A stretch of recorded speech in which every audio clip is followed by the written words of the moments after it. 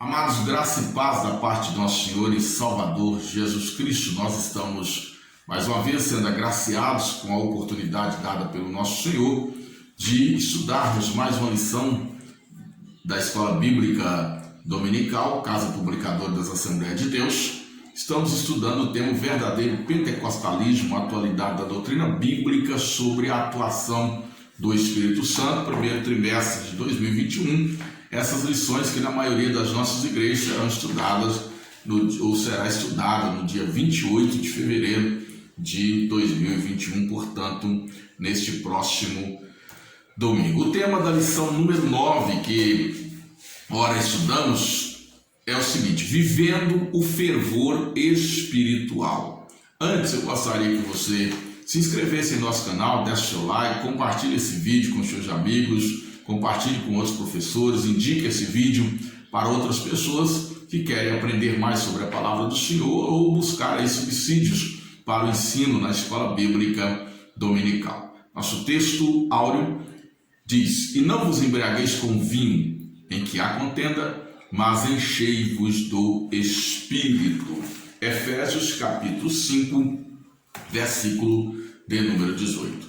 Nossa verdade prática traz a seguinte reflexão ou afirmativa: ser cheio do Espírito pode se referir tanto ao batismo no Espírito Santo, como também à vida plena no Espírito. O objetivo dessa lição é mostrar a necessidade de se viver o fervor espiritual. Bem, introduzindo, nós temos duas palavras gregas traduzidas por cheio do Espírito. Nós temos a palavra plimplei no grego, que significa ficar cheio, se adequa ao significado de ser batizado no Espírito Santo, ser revestido do Espírito, está ligadas ao derramar do Espírito, significando o enchimento de fora para dentro. E temos a palavra pleiros, que indica o viver cheio do Espírito Santo, o andar no Espírito, ou ser renovado no Espírito, significando aí o ser cheio de dentro para fora. Nós vejamos então, na perspectiva do autor sagrado, ao recomendar que os irmãos de Éfeso se enchessem do Espírito e não se embriagassem com vinho em que há contenda, o que ele espera, o que o apóstolo Paulo está então dizendo e querendo com essa expressão? Bem, nosso primeiro tópico da nossa lição é a importância da devoção pela palavra e oração. Bem, nós poderíamos então trazer nessa lição a seguinte pergunta: como podemos manter o fervor espiritual? Ainda um segundo questionamento: o que é esse fervor espiritual? Como esse fervor espiritual ele se caracteriza? E no terceiro momento nós poderíamos perguntar como evitar a frieza espiritual e verdadeiramente manter esse fervor espiritual. Então, no primeiro tópico já vai falar sobre a importância da devoção pela palavra e oração. Então nós vamos entender aqui que é indispensável a manutenção do fervor espiritual, a prática da palavra e da oração. A prática do estudo da palavra e da oração são duas práticas, eu repito, indispensáveis a um viver progressivo em Cristo Jesus. E é por essa prática que nós vamos manter o fervor espiritual. O que é devoção? Bom, a devoção ela é o ato de exercer a fé. Nosso ponto 1 traz essa explicação sobre devoção. Então é um ato de exercer a fé e de praticar essa fé. E antes do testemunhar, nós precisamos robustecer a nossa comunhão. Então, através da devoção, nós aprofundamos a nossa comunhão com Deus. A comunhão com Deus, ela é ainda fortalecida pela prática da oração, do jejum e do estudo devocional da palavra de Deus. Oração, jejum e leitura bíblica acompanhados de humildade e prudência vão produzir um grande fervor espiritual. Vejam o que eu estou dizendo que a nossa devoção ela passa pela prática da oração, ela passa pela prática da leitura devocional ou do estudo devocional. Esse estudo devocional é diferente do estudo investigativo ou do estudo teológico. O estudo teológico, ele visa um aprofundamento na palavra, ele traz crescimento espiritual, mas ele é um estudo que exige que a gente saia ou se liberte das amarras, muitas das vezes denominacionais, para fazer uma investigação séria e isenta da palavra e termos como dar razão da nossa fé. Mas o estudo devocional é aquele estudo onde você entra para dentro da palavra, cheio de humildade, cheio de piedade, totalmente aberto à operação do Espírito Santo para se alimentar da palavra de Deus. Então a devoção ela é necessária para a manutenção do fervor espiritual. O ponto 2, ele aprofunda acerca da oração e da palavra. A oração, amados, ela é o oxigênio da alma. E aí nós vamos pegar como maior exemplo de oração o próprio Jesus. Jesus ele tinha a oração como uma prática tão importante que levou seus discípulos a querer aprender a orar. Eu vejo o quanto o escritor sagrado, o evangelista Lucas, ele destaca a vida de oração de Jesus. E por vários textos ele vai repetir que antes de qualquer situação, Jesus orava. Jesus orou logo após ser batizado e o céu se abriu. Jesus orou uma noite inteira e ao amanhecer chamou os 12 discípulos.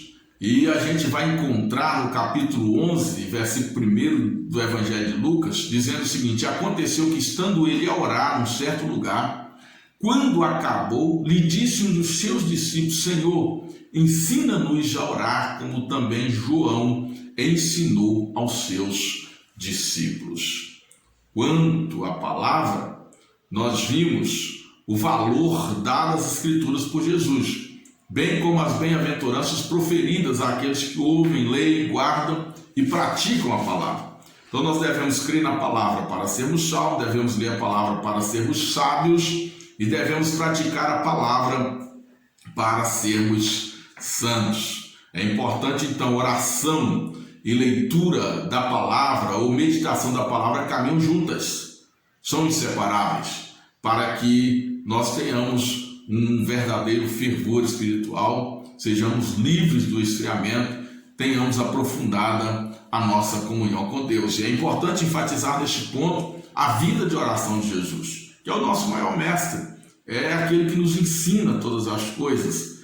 E ele não só ensinou a orar, mas ele teve uma vida de oração. E se você quiser perceber a intensidade da vida de oração de Jesus, leia o Evangelho de Lucas.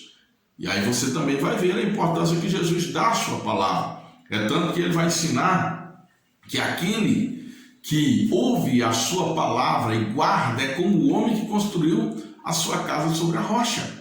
E essa construção da vida sobre a rocha, pela firmeza na palavra, pela obediência da palavra e pela prática da palavra, ela é uma vida inabalável, uma vida que pode enfrentar todos os desafios que as pessoas enfrentam, com uma diferença: essa casa, essa vida construída sobre a rocha, ela não será abalada, ela não será destruída. Enquanto aquele que não valoriza a palavra, que ouve, não guarda, não pratica, é como aquele que construiu a sua casa sobre a areia, e vieram as tempestades, os ventos, os rios e levaram essa casa e destruíram essa casa. Tem sido assim na vida das pessoas, infelizmente. Muitos cristãos que não desenvolvem a prática da oração e a prática da palavra e acabam perdendo a sua fé, acabam caindo, acabam se esfriando, parando, porque não tem uma devoção sincera, não tem uma devoção verdadeira pela prática da palavra, da oração e do jejum, que são elementos de devoção muito importantes para o nosso fervor espiritual. O terceiro ponto fala sobre o viver sabiamente. Efésios 5,15, portanto, vede prudentemente como andais. não como néscios, mas como sábios. O sábio, ele não desperdiça o seu tempo com coisas supérfluas ou com prazeres efêmeros, passageiros. Paulo, ele exorta ao crente se portar de forma inteligente, com sabedoria. O tolo não tem objetivos bem definidos e não prioriza a vontade de Deus.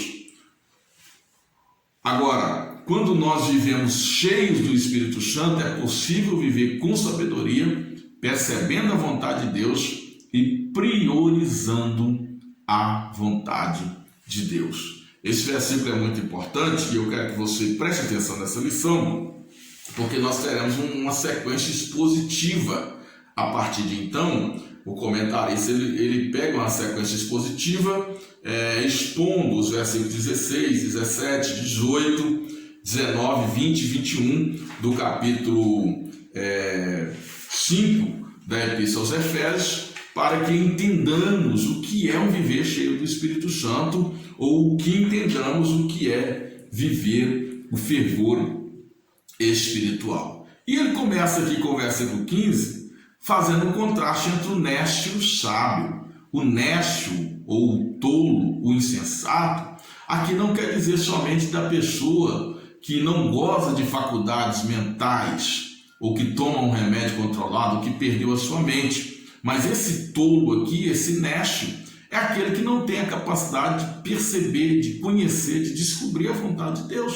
Toda aquela pessoa que vive fora do controle do Espírito Santo, ele é considerado aqui como néscio. E aí o crente que não se dedica à devoção, que não se dedica à palavra, que não procura conhecer a vontade de Deus, ele também pode ser considerado um tolo, um néscio, por estar desperdiçando seu tempo. Aquele que busca, talvez, no ambiente cristão apenas as emoções, os prazeres efêmeros e não racionaliza a sua fé para buscar os prazeres duradouros, os prazeres eternos, e com isso viver um fervor espiritual, uma vida devocional regular, sincera, na oração, na leitura da palavra, no jejum, na consagração, na santificação, ele estaria sim perdendo seu tempo, jogando os seus recursos fora e deixando de aproveitar como uma pessoa sábia, inteligente, aquilo que Deus tem lhe dado, o seu tempo, a sua vida, para gozar dos prazeres eternos que o Senhor tem preparado para nós. Então nós precisamos entender isso, é preciso priorizar a vontade de Deus. O ponto 4 aprofunda isso. Quando nós vamos ler aqui o texto de Efésios 5,16, ele vai dizer assim: remir o tempo, porquanto os dias são maus. Remir o tempo significa tomar o controle do tempo, resgatar o tempo e não perdê-lo. Remir é o que? Resgatar, é tomar, é pegar o controle. Há muitos que vivem perdendo tempo, estilo Zeca Pagodinho, né? Deixa a vida me levar e leva eu. E tem aí essa situação, essa sequência, este modo de viver. É preciso, meu irmão, valorizar o tempo que temos neste mundo. Os gregos, eles classificam o tempo de duas maneiras. Existe o Cronos, que é o tempo do homem, o nosso cronômetro, o nosso relógio, o passar das horas. E existe o Kairos. O Kairos significa o tempo de Deus, o momento certo. E o que é que nós temos que fazer para remir o tempo? Nós devemos pegar o nosso tempo e consagrá-lo ao Senhor. Assim, nós viveremos o tempo certo, aproveitaremos as oportunidades dadas por Deus e nenhum momento será perdido. No poder do Espírito Santo, nós podemos conhecer o tempo e vivê-lo para a glória de Deus. Efésios 5,16, eu repito, diz: remindo o tempo, porque os dias são maus. O versículo 17 diz assim: pelo que não sejais insensatos, mas entendei qual seja a vontade do Senhor. Quanto à nossa vontade, ou seja, quando a nossa vontade ela se submete à vontade de Deus, é que ocorre o Kairos, o momento perfeito. Não devemos ser tolos, insensatos, mas nós devemos adquirir pelo Espírito a sensibilidade para conhecer e praticarmos a vontade de Deus. Eu gosto sempre de usar um exemplo que é muito bom. Quando a nossa vontade se encontra a vontade de Deus, normalmente acontece o tempo perfeito. Acontece o tempo perfeito. Por exemplo, Ana, no momento de crise na nação de Israel, os filhos de Eli não tinham condições de perpetuar o sacerdócio. Eli, com mais de 90 anos de idade, ele já sem visão, cego fisicamente e espiritualmente, seus filhos praticando toda sorte de atrocidades, sem compromisso com o ministério, com o sacerdócio. E então não havia na família de Eli descendentes aptos, consagrados para perpetuar o sacerdote. Era um momento que Deus precisava de um homem, precisava de alguém. E certamente Deus olhava para todas as situações e não via nenhuma pessoa que estivesse disposta a conhecer a sua vontade e querer a sua vontade para aquele tempo. O que Deus faz então? Ana está ali com Penina, naquele momento de angústia, de luta, ela corre para o templo e começa a orar. Exatamente onde? No templo. Enquanto ela ora no templo, ela ora e diz: Senhor, se tu me deres um filho varão, eu o darei por todos os dias de sua vida. Pronto. A vontade de Ana teve um encontro com a vontade de Deus. E aí aconteceu o Kairos, aconteceu o tempo. Quando Ana voltou para casa, Samuel foi concebido.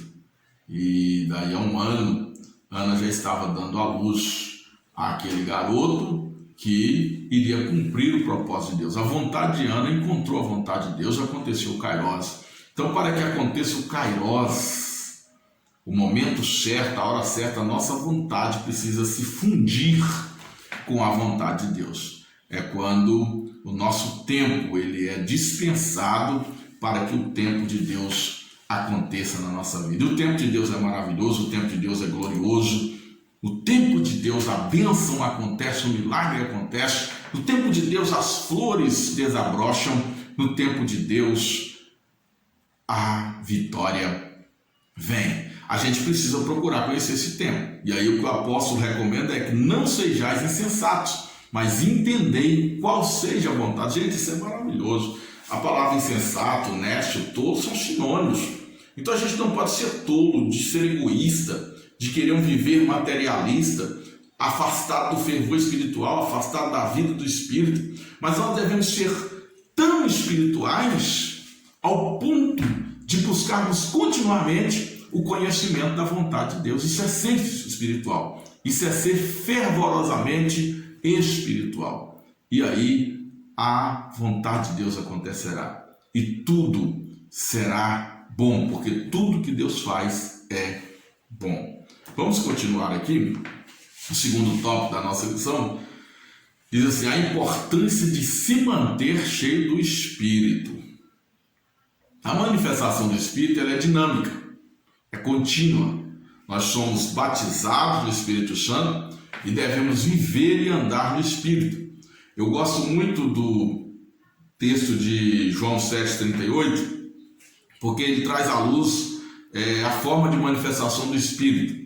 Nós temos a manifestação momentânea do batismo e a manifestação contínua para o viver pleno do Espírito Santo. O texto diz: quem crê em mim, como diz as Escrituras, rios de água viva jorrarão do seu ventre.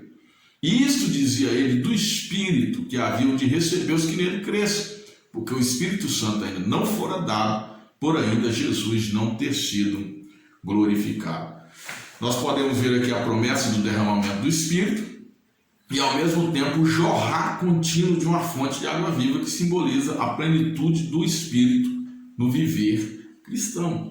Então, o texto é claro em dizer que o Espírito não tinha sido dado, não tinha sido derramado, pleno, porque Jesus não tinha sido glorificado. E ao ser glorificado e o Espírito derramado, teríamos a possibilidade de continuamente sermos renovados, vivendo cheios do Espírito Santo, como uma fonte que jorra não de fora para dentro, mas de dentro para fora. Então ele vai formar em nós uma fonte. Isso é maravilhoso. Eu observo quem já foi numa nascente de um córrego, de um rio, consegue observar como ali, alguns no interior, principalmente nas Minas Gerais, chamam de cacimba, né? E ali uma cacimba, um broto de água que sai ali da terra, das montanhas e começa a jorrar. E aquilo vai crescendo, vai se alargando, vai irrigando os lugares por onde passa. Assim é um viver cheio do Espírito Santo. O crente cheio do Espírito Santo, por onde ele passa, ele leva vida, como um rio que por onde passa leva vida, leva alimento, leva saúde, leva prosperidade. Uma cidade, um estado, uma região sem água, sem rio, sem fonte, é uma região pobre, uma região sem produção, miserável, onde o seu povo passa fome, não se alimenta, onde a pele é ressecada, mas onde há rios, onde há água, a vida, a prosperidade, a progresso, a vida floresce ali. Assim é um crente cheio do Espírito Santo. E aí, queridos, no ponto 1, o comentarista traz a reflexão: e não vos embriagueis com o vinho. O vinho fermentado ou alcoólico, ele traz consequências desastrosas para a vida do ser humano. Provérbios capítulo 23, versículo 21 diz assim: porque o comilão e o beberrão acabarão na pobreza, e a sonolência os faz trazer as vestes rotas. O vinho ele pode produzir uma falsa alegria em contraste com o gozo produzido pelo Espírito Santo. Então, aqui o que ele está dizendo, você deve abandonar a alegria produzida pelo vinho, o falso gozo, a falsa alegria produzida pelo vinho, para viver o gozo, a alegria produzida pelo Espírito. O termo contenda, ele também é sinônimo de devassidão, que representa um comportamento incompatível com a moral e a ética cristã. Então não vos embriagueis com vinho em que há devassidão ou dissolução ou contenda, que significa imoralidade, que significam atos incompatíveis com a vida cristã, com a ética cristã, com o caráter de Cristo. O cristão ele deve ser sóbrio, não fazendo o vinho a sua fonte de prazer, porque isto pode lhes trazer muitos prejuízos. Mas ao contrário disso, o ponto de número 2 vai dizer: mas enchei-vos do Espírito.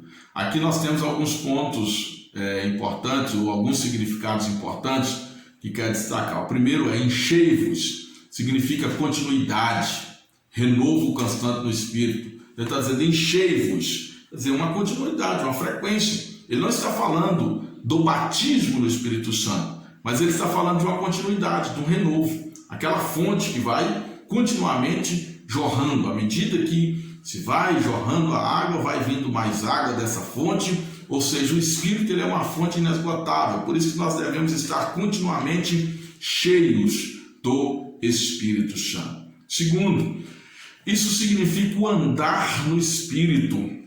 O que é o andar no Espírito? A prática do cristão, ela deve ser dirigida pelo Espírito. As nossas decisões, a nossa vida, o nosso comportamento, a forma de proceder nossa deve ser dirigida pelo Espírito Santo. Jamais podemos dar lugar à carne, ao materialismo, ou deixar que o nosso intelecto seja controlado e dominado pelo mundo, ou por Satanás, ou pela carne, mas submeter-nos completamente à direção do Espírito Santo. Isso é o andar no Espírito. E o apóstolo Paulo vai falar disso aos Gálatas.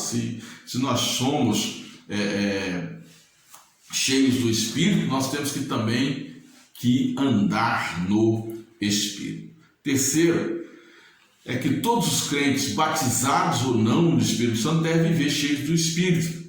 Como? Produzindo o fruto do Espírito, refletindo o caráter de Cristo. Nós sabemos que há muitos crentes que não são batizados no Espírito, ou porque ainda não tiveram o privilégio de serem batizados, pois o batismo no Espírito Santo é uma bênção subsequente à conversão, ou alguns, como os nossos irmãos que são de igrejas tradicionais, que não creem na atualidade dos dons espirituais, que não buscam, por não crerem, não são batizados do Espírito Santo. Mas todos podem ser cheios do Espírito Santo e devem produzir o fruto do Espírito Santo. Então, ser batizado do Espírito Santo é uma coisa, ser cheio do Espírito é outra. Todos podem ser cheios do Espírito e nem todos são batizados no Espírito. Mas é importante ser cheio do Espírito, vivendo a vida do Espírito, andando no Espírito, refletindo o caráter de Cristo através do fruto do Espírito. Aí o ponto 3 vai dizer: não confundir com o batismo no Espírito Santo. O batismo do Espírito Santo é o revestimento de poder como capacitação para testemunhar de Cristo, com manifestação dos dons espirituais. O viver cheio do Espírito é um modus vivendi onde se permite ser dirigido pelo Espírito de forma a reproduzir o caráter de Cristo pela manifestação do fruto do Espírito. Por isso, o apóstolo ele coloca o enchimento do Espírito em conflito com o embriagar-se com vinho, que representa aqui o viver praticando as obras da carne. Então, queridos, nós temos aqui um conflito, um contraste. Não vos embriagueis com vinho, que é a contenda, mas enchei-vos do Espírito. Então, encher do Espírito se contrasta com embriagar-se com vinho, que representa as obras da carne. Bem, o terceiro tópico diz: vigilantes contra a frieza espiritual. Quais as características de um cristão cheio do Espírito? O comentarista destaca 3: testemunho transbordante, vida de gratidão e submissão. Primeiro, testemunho transbordante. O versículo 19, como eu disse para você, vou te lembrar que há uma sequência expositiva aqui do capítulo 5 de Efésios. Então o versículo 19 diz assim: falando entre vós com salmos e hinos e cânticos espirituais, cantando e salmodiando ao Senhor no vosso coração.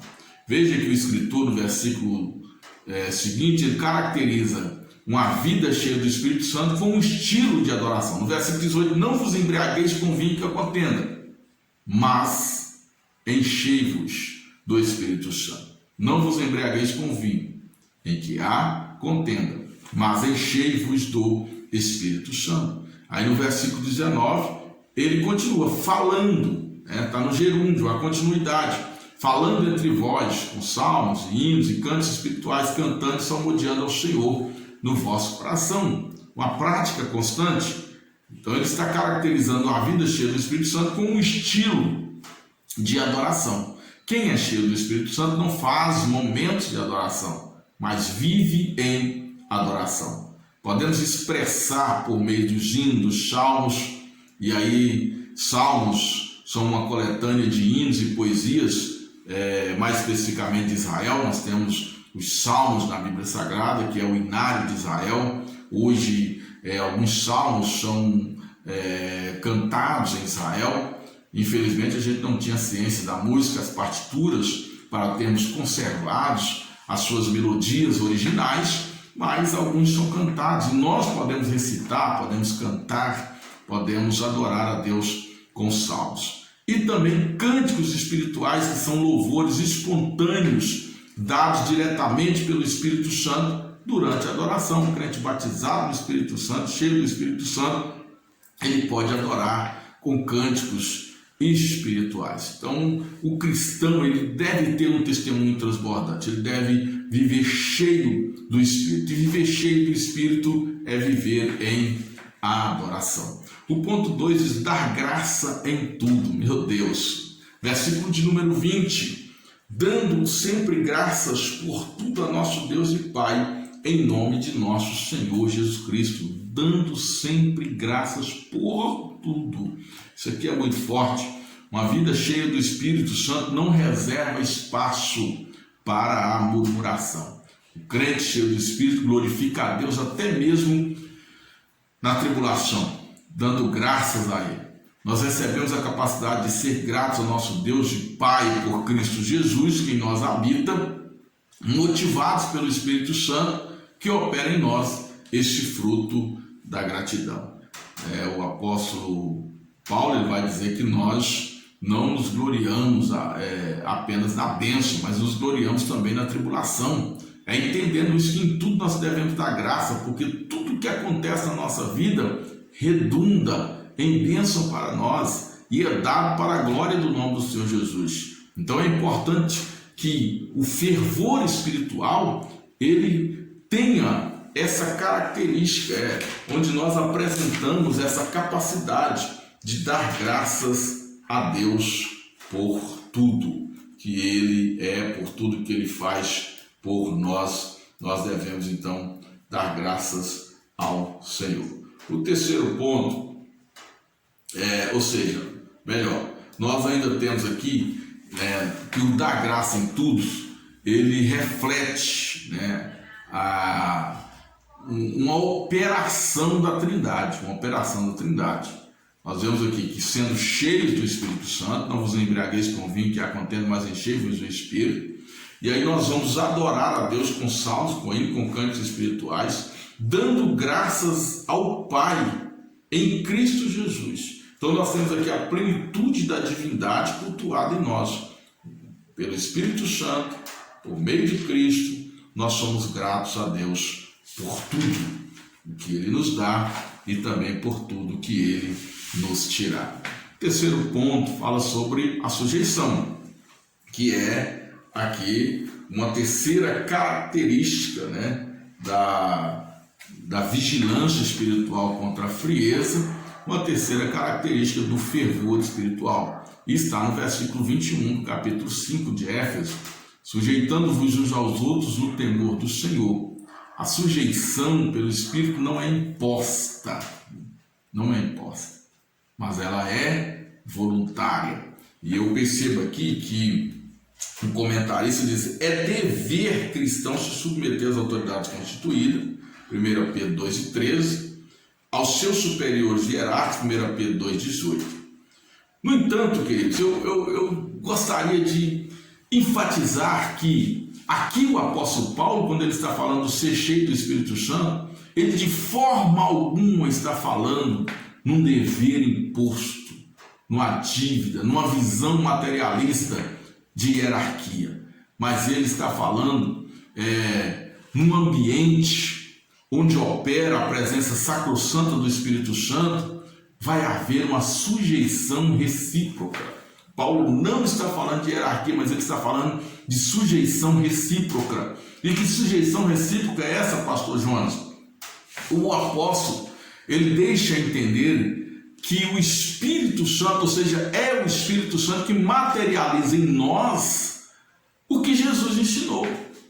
Quando os discípulos, eles queriam saber quem seria o maior no reino dos céus, e alguns pedindo para sentar à direita ou à esquerda de Jesus, Jesus disse assim: entre os homens há chefes, entre os homens há uns que querem ser superiores aos outros, porém entre vós não deve ser assim. E o que Jesus ensina? Que deveria haver sujeição recíproca. Ele diz: aquele que quiser ser o maior, que seja o menor. Aquele que quiser ser o maior, que se submeta e que sirva ao seu irmão. Então deveria haver voluntariamente uma disposição para servir, uma disposição para se sujeitar. Então no meio cristão não há mestres, não há doutores, não há chefes. Nós somos irmãos, somos iguais e nos alegramos em poder servir. Não interessa se você tem ou não um anel de formatura no seu dedo,